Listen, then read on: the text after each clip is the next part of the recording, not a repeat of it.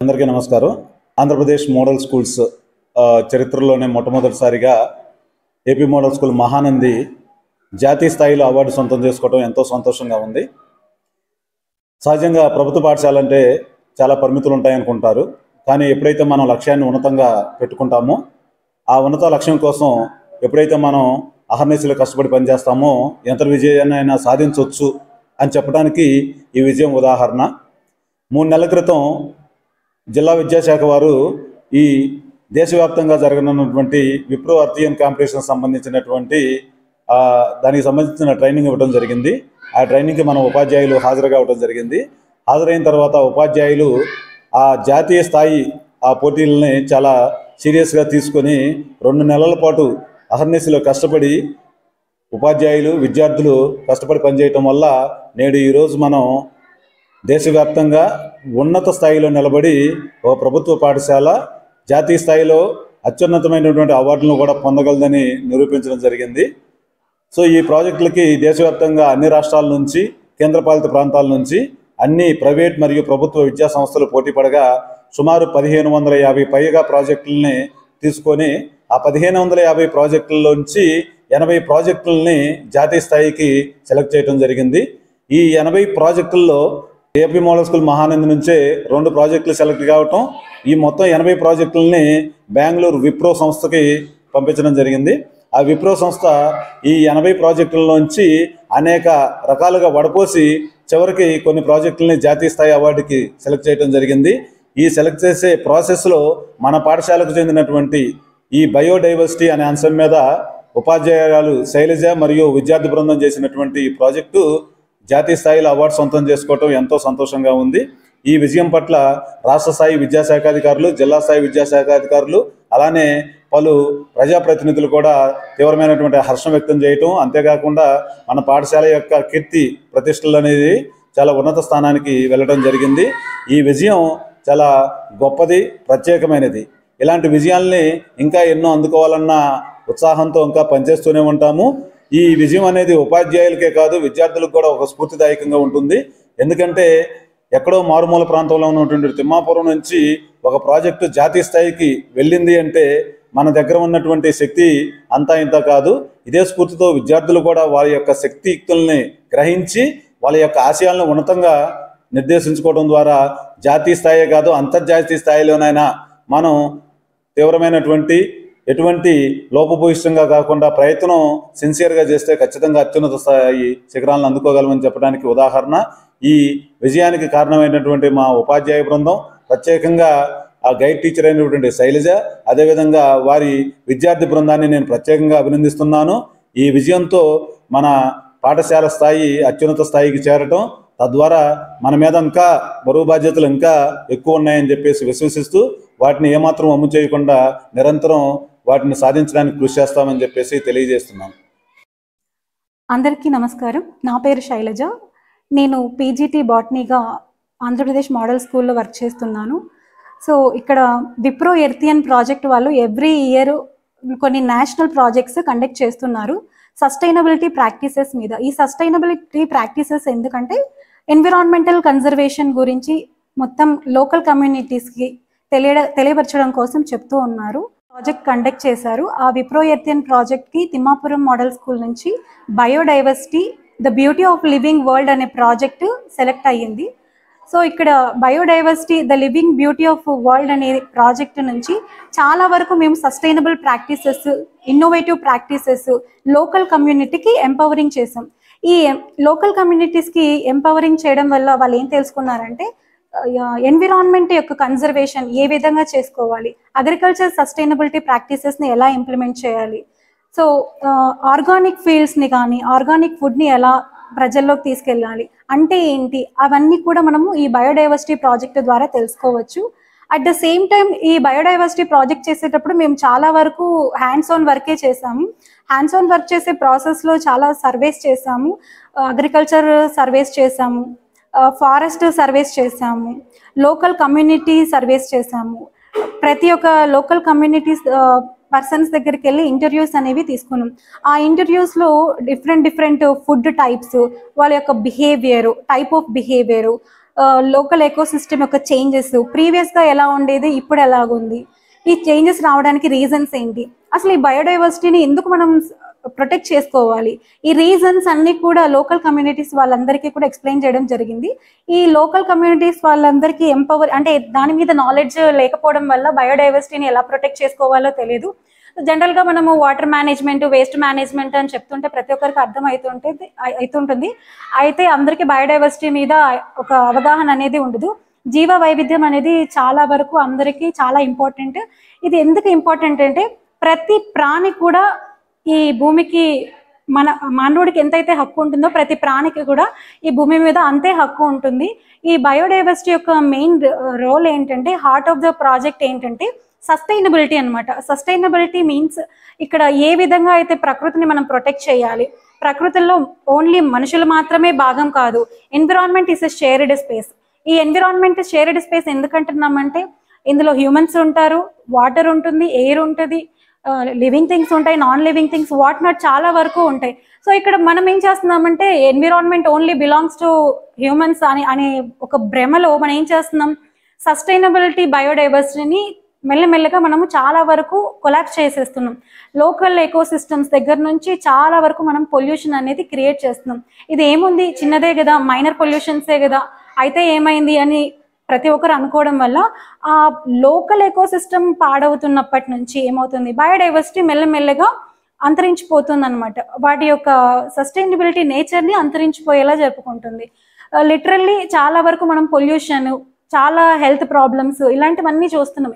ఎందుకు చూస్తున్నామంటే more over plants దగ్గర నుంచి అన్ని కూడా పొల్యూట్ అవుతున్నాయి. ప్లాంట్స్ అవే ఏం చేస్తాయి, మనకి హెల్త్ని ప్రొడ్యూస్ చేస్తాయి. స్టిల్ అయినప్పటికీ కూడా వాటిని కూడా మనము ఇన్ఆర్గానిక్ ఫుడ్గా కన్వర్ట్ చేసుకొని హెల్తీ ఫుడ్స్ని మనం తినకుండా మన బయోడైవర్సిటీని మనమే చాలా హార్మ్ఫుల్ కెమికల్స్ ఇలాంటివన్నీ తయారు చేసుకోవడం వల్ల మన ఎన్వైర్న్మెంట్ని మనం పాడు చేసుకొని మన హెల్త్ని మనము పాడు చేసుకుంటున్నాము.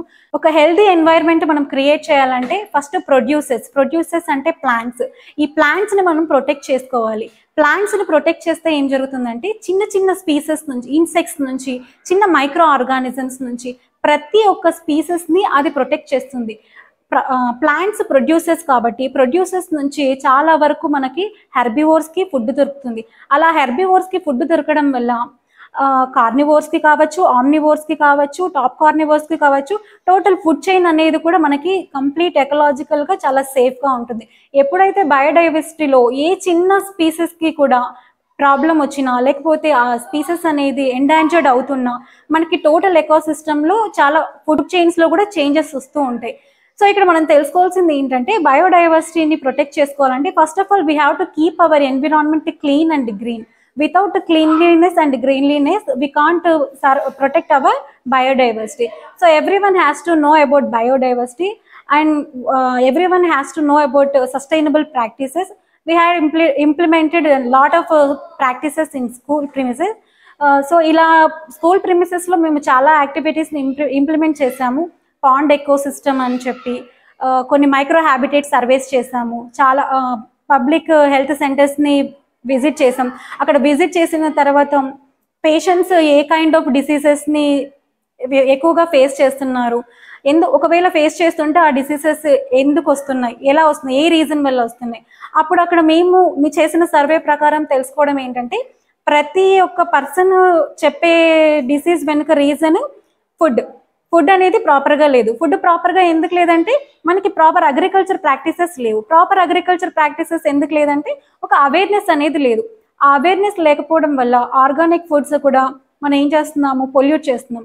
ఆ పొల్యూటెడ్ ఫుడ్ తినడం వల్ల చాలా వరకు న్యూట్రియంట్స్ అనేది మనకు కావాల్సిన న్యూట్రియంట్స్ లేకపోవడం, ఇవంతా కూడా మన హెల్త్ని పాడు చేస్తూ ఉంది. సో అక్కడ కంటామినేటెడ్ డిసీజెస్ వస్తున్నాయని చెప్తున్నారు, ఇంకా డెఫిషియన్సీ డిసీజెస్ కూడా వస్తున్నాయని చెప్తున్నారు. ఈ డెఫిషియన్సీ డిసీజెస్ కావచ్చు, కంటామినేటెడ్ డిసీజెస్ కావచ్చు, లోకల్ కమ్యూనిటీస్లో కానీ, టౌన్స్లో కానీ, సిటీస్లో కానీ జనరల్ అవేర్నెస్ మనకెందుకులే, అందరితో పాటే మనం కూడా ఇలా అనుకోవడం వల్ల మనం బయోడైవర్సిటీని ప్రొటెక్ట్ చేసుకోవడం అనేది పక్కన పెట్టేస్తున్నాం అనమాట. అలా లేకుండా విప్రో ఎర్తియన్ వాళ్ళు ఒక ఇనిషియేషన్ తీసుకొని ఒక ప్రాజెక్ట్స్ని నేషనల్ వైడ్ ఏం చేస్తున్నారు, సస్టైనబిలిటీ ప్రాక్టీసెస్ యొక్క ఇంపార్టెన్స్ తెలియజేయండి. అది స్కూల్ లెవెల్స్ నుంచి తెలిస్తే ఆ పిల్లలు బాగా తెలుసుకొని లోకల్ కమ్యూనిటీస్కి ఎంపవర్ చేసి ఎడ్యుకేట్ చేస్తారు. అలా ఎడ్యుకేట్ చేయడం వల్ల మనకి హెల్దీ ఫుడ్ ప్రాక్టీసెస్ వస్తాయి, సస్టైనబిలిటీ అగ్రికల్చర్ ప్రాక్టీసెస్ వస్తాయి, సస్టైనబిలిటీ ఫారెస్ట్ని మనం క్రియేట్ చేసుకోవచ్చు, వేస్ట్ మేనేజ్మెంట్ని మనం ప్రివెంట్ చేసి రెడ్యూస్ చేయొచ్చు, రీయూజ్ చేయొచ్చు, రీసైకిల్ చేయొచ్చు. అలాగే మనం వాటర్ మేనేజ్మెంట్, వాటర్ని పొల్యూట్ అవ్వకుండా చేసుకోవచ్చు, వాటర్ని కలెక్ట్ చేసి ఫ్యూచర్ జనరేషన్కి ఎలా ఇవ్వాలి, ఎనర్జీ కన్జర్వేషన్, ఇలాంటివన్నీ కూడా మేము బయోడైవర్సిటీ ప్రాజెక్టులు తెలియజేయడం అయితే జరిగింది. ఈ ప్రాజెక్ట్ యొక్క ముఖ్య ఉద్దేశం ఏంటంటే sustainability practices. Heart of this project is sustainability practices. ఈ సస్టైనబిలిటీ ప్రాక్టీసెస్ మేము చాలా వరకు ఇంప్లిమెంట్ చేసాం. ప్రతి ఒక్క ఇంటికి విజిట్ చేసి మా పిల్లలు ఎవరైతే ఉన్నారో ప్రతి ఒక్క లోకలర్కి అందరి దగ్గర ఇంటర్వ్యూస్ తీసుకొని వాళ్ళ హ్యాబిచువల్ చేంజెస్ ఏంటి, వాళ్ళ హెల్త్ కండిషన్స్ ఏంటి, వాళ్ళ ఫుడ్ హ్యాబిట్స్ ఏంటి అండ్ ఇలాంటివన్నీ తెలుసుకొని వాళ్ళకి ఏ విధంగా సస్టైనబుల్ ప్రాక్టీసెస్ చెప్తే బాగుంటుంది, ఇలాంటివన్నీ కూడా వాళ్ళు పిల్లలు ప్రతి ఒక్క ఇంటికి వెళ్ళి సర్వే చేసి ప్రాజెక్ట్లో అబ్జర్వేషన్స్, రిఫ్లెక్షన్స్, సమ్మరీస్ అన్నీ ప్రిపేర్ చేసి ప్రాజెక్ట్ యొక్క ముఖ్య ఉద్దేశాన్ని లోకల్ కమ్యూనిటీస్కి అయితే రీచ్ చేయడం జరిగింది. సో చాలా వరకు మేము ఈ బయోడైవర్సిటీ ప్రాజెక్ట్ స్టార్ట్ చేసినప్పటి నుంచి స్కూల్లో చాలా సస్టైనబిలిటీ ప్రాక్టీసెస్ మొదలు పెట్టాం. పర్కోలేషన్ ట్యాంక్ అయితే ఏమి, స్కూల్లో మాకు MDM జరుగుతుంది ఆఫ్టర్నూన్ టైమ్స్. అక్కడ వేస్ట్ అయ్యే వాటర్ అంతా కూడా వేస్ట్గా పోనివ్వకుండా పర్కోలేషన్ ట్యాంక్స్ చేయడము, పాండ్ ఎకోసిస్టమ్ లాంటి కొన్ని థీమ్స్ రెడీ చేయడం, micro habitat surveys school back యార్డ్లో, ఫ్రంట్ యార్డ్లో ఇలా మేము సర్వే చేసి ప్రతి సర్వే చేసిన స్పీసెస్ యొక్క క్యారెక్టరిస్టిక్స్ నోటీస్ చేసి ఆ నోటీస్ చేసిన క్యారెక్టరిస్టిక్స్ అన్ని అబ్జర్వేషన్ చేసి ఆ అబ్జర్వేషన్స్ అన్నీ కూడా మేము లిస్ట్ అవుట్ చేయడం జరిగింది. ప్రతి స్పీసెస్ అనేది వాటి యొక్క ఐడెంటిటీ ఏంటి, అది బయోడైవర్సిటీలో ఏ విధంగా దాని యొక్క రోల్ని ప్లే చేస్తుందని చెప్పి మేము చాలా వరకు కొన్ని ప్రాక్టీసెస్ని ఇంప్లిమెంట్ చేసాం స్కూల్లో. ఇక ఎగ్షెల్స్, వేస్ట్ ఆఫ్ ఎగ్షెల్స్, చాలా వరకు ఎగ్షెల్స్ ఉంటాయి, ఆ ఎగ్షెల్స్ని కూడా వేస్ట్ చేయకుండా అగ్రికల్చర్ ప్రాక్టీసెస్లో ఎలా యూజ్ చేయాలి, వేస్ట్ పేపర్స్ ఉంటాయి, ఆ పేపర్స్ అన్ని రీయూజ్ ఎలా చేయాలి, రెడ్యూస్ ఎలా చేయాలి, ఈ రెడ్యూస్, రీయూజ్, రీసైకిల్ వల్ల బయోడైవర్సిటీకి ఏంటి ఉపయోగం, ఇవన్నీ కూడా మేము ఈ ప్రాజెక్ట్ చేయడం వల్ల తెలుసుకున్నాము. ఈ ప్రాజెక్ట్ కేవలం ఛాలెంజింగ్గా కాకుండా ఫ్యూచర్ జనరేషన్కి ఉపయోగపడేలాగా మేము ఈ ప్రాజెక్ట్ని చాలా సీరియస్గా తీసుకొని దాదాపు 2.5 months కష్టపడడం అయితే జరిగింది. డాక్యుమెంటేషన్కి చాలా టైం తీసుకుంది. దానికి సపోర్ట్ చేసిన ప్రిన్సిపల్ సార్ గారికి, నా తోటి ఉపాధ్యాయులకి అండ్ నా స్టూడెంట్స్కి, విప్రో ఎర్తియన్ వాళ్ళకి అందరికీ కూడా ధన్యవాదాలు. It's honor to announce that our AP Model School Timmapuram Mahanandi got selected for national award.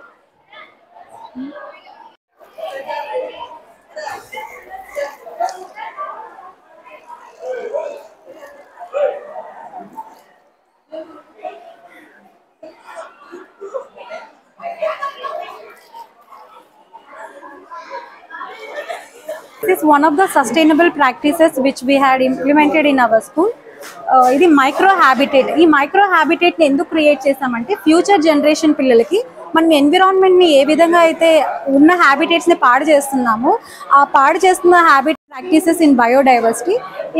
ఈ సస్టైనబుల్ ప్రాక్టీస్ నేమ్ ఏంటంటే మైక్రో హ్యాబిటేట్. ఈ మైక్రో హ్యాబిటేట్ హౌస్ అన్నమాట, home for micro habitat, insect habitat. Insect habitat యొక్క Moto ఏంటంటే చాలా వరకు మనం ఎన్విరాన్మెంట్లో వాటి యొక్క హ్యాబిటేట్స్ని పాడు చేస్తూ ఉన్నాం. అలా పాడు చేస్తున్నాం కాబట్టి ఫ్యూచర్ జనరేషన్కి అర్థం కావాలి, environment is a shared space అని ప్రతి ఒక్కరికి అర్థం కావాలి. అర్థం అవ్వాలంటే ఫస్ట్ ఆఫ్ ఆల్ ఈ ఇన్సెక్ట్స్ అనేవి ఏ విధంగా రోల్ ప్లే చేస్తాయి, ఎన్విరాన్మెంట్లో ఎలాంటి రోల్ ప్లే చేస్తాయి. రోల్ ప్లే అంటే ఇక్కడ ఏం చేస్తాయి, ఇవి అగ్రికల్చర్లో పాలినేషన్ జరిగి మనకి క్రాప్ ప్రొడక్షన్ బాగా ఇంప్రూవ్ అవ్వాలంటే ఇన్సెక్ట్స్ యొక్క రోల్ అనేది చాలా కీలకమైన పాత్ర. సో ఇక్కడ మేము పిల్లలకి ఏం తెలియజేయాలనుకుంటున్నామంటే ఈ ఇన్సెక్ట్స్కి హ్యాబిటేట్ మనం క్రియేట్ చేయగలిగామంటే ఆ చుట్టూ ఇన్సెక్ట్స్ అనేవి సర్వైవ్ అయ్యి ఇక్కడ ఒక ప్లాంట్కి పాలినేషన్ అనేది స్టార్ట్ చేస్తాయి అన్నమాట. పాలినేషన్ స్టార్ట్ చేయడం వల్ల క్రాప్ ప్రొడక్షన్ అనేది మనకి చాలా ఎక్కువగా ఉంటుంది. సో ఇప్పుడు మనం చాలా వరకు ఎన్విరాన్మెంట్ని పొల్యూట్ చేస్తున్నాం కాబట్టి ఆ ఇన్సెక్ట్స్ అనేవి ఫర్టిలైజర్స్ ఇన్ఆర్గానిక్ అన్నీ యూజ్ చేయడం వల్ల ఇన్సెక్ట్స్ అనేవి వాటి యొక్క స్పీసెస్ అనేవి తగ్గించుకుంటూ ఉన్నాయి, చనిపోతూ ఉన్నాయి, చాలా వరకు ఎండాంజర్డ్ అయిపోతున్నాయి. అలా స్పీసెస్ అనేవి పాడవకుండా మేము ఏం చేసామంటే మైక్రో హ్యాబిటేట్ హౌసెస్ని బిల్డ్ యొక్క దీని గురించి ప్రాక్టీసెస్ స్కూల్లో ఎక్స్ప్లెయిన్ చేయడానికి ఈ మెథడ్ అనేది ఇక్కడ చేసాము. మైక్రో హ్యాబిటెంట్స్ని పాడు చేస్తున్నాం కాబట్టి మన వంతు మనం పాలినేటర్స్కి చిన్న ఇల్లు చేసుకోవడానికి మనం ఈ బయోడైవర్సిటీ హ్యాబిటేట్ని చేసామన్నమాట. మనం కూడా ఇలా చేయడం వలన పాలినేటర్స్కి కొంచెం హెల్ప్ అవుతుంది. అదే అలా పాలినేటర్స్ ఇంకా ప్రొడ్యూస్ కావడం వల్ల ట్రీస్కి పాలినేషన్ అనేది జరుగుతుంది. దానికి మన వల్ల వాటికి ఇబ్బంది కలగకుండా మనం మన వంతు ఇలా సహాయం చేస్తున్నాం. Our biodiversity journey started. This is one of the sustainable practices which were implemented in our school. So this is kitchen garden. Still, even after completing the project, we are still doing and continuing the process. So, sustainable water management. Sustainable water management ఎందుకంటే ఈ excess waste water ఏదైతే ఉన్నాయో ఆ water అంతా కూడా ఇక్కడ తీసుకొచ్చి మనం నేచర్ని సాయిల్ని వెట్ చేయడం వల్ల ఫ్యూచర్ జనరేషన్కి ఆ వాటర్ అనేది యూజ్ అవుతుంది. ఒక మోటో ఏంటంటే even after death there is still life. ఇందులో చాలా వరకు మైక్రో ఆర్గానిజమ్స్ అనేవి ఉంటాయి. ఈ మైక్రో ఆర్గానిజమ్స్ మేబీ మనకి యూస్ఫుల్ కాదు, హార్మ్ఫుల్ అని మనం అనుకోవచ్చు, కానీ ఎన్వైర్న్మెంట్కి ప్రతి ఒక్క స్పీసెస్ అనేది చాలా యూస్ఫుల్. దీనివల్ల మనకి ఏమవుతుంది, న్యాచురల్గా ఫర్టిలైజర్ అనేది తయారవుతుంది. ఈ న్యాచురల్ ఫర్టిలైజర్స్ తీసుకోవడం వల్ల మనకు ఆటోమేటిక్గా హెల్త్ బెనిఫిట్స్ అనేవి నెంబర్ ఆఫ్ ఉంటాయి అన్నమాట. దానిని మనం ఆర్గానిక్ ఫుడ్గా కూడా కన్సిడర్ చేయొచ్చు. ఈ ఏరియాలో మేము మైక్రో హ్యాబిటేట్ని సర్వే చేసాము. ఇక్కడ మేము చాలా మైక్రో ఆర్గానిజమ్స్ని, ఇన్సెక్ట్స్ని చూసాము. Observed modified species.